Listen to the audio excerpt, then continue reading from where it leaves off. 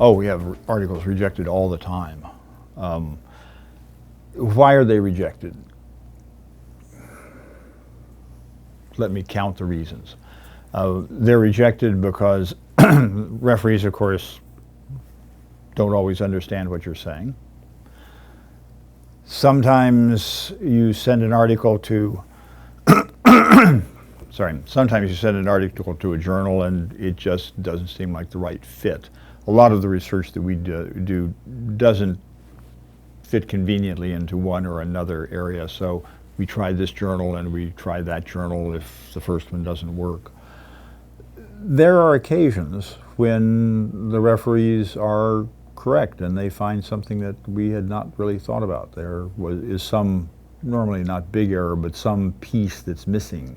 So that has to be corrected. And almost always the referees have something useful to say.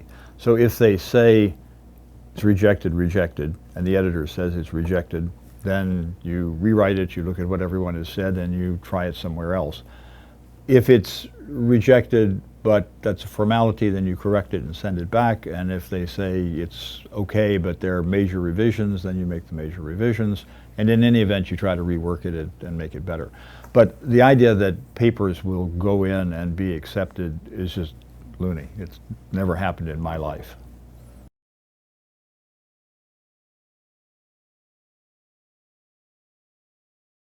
It's pretty rare.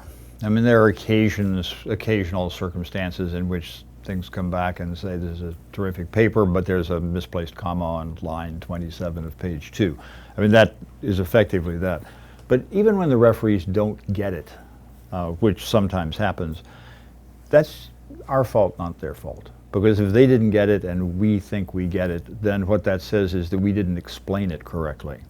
So the referees are, even when they're really out to, cut great scars in your side, they are an essential part of the system. And one of the things I try to tell the students is, when you read the referees' reports, don't worry about the fact that they're abusive, they personally hate you, that they're out to ruin your career, any of that stuff. That's all incidental. What really makes a difference is that they have read your paper carefully, they've looked at it, and they have some response to it. And the fact that they have a response to it tells you something about how a reader will look at the paper, and that's always useful.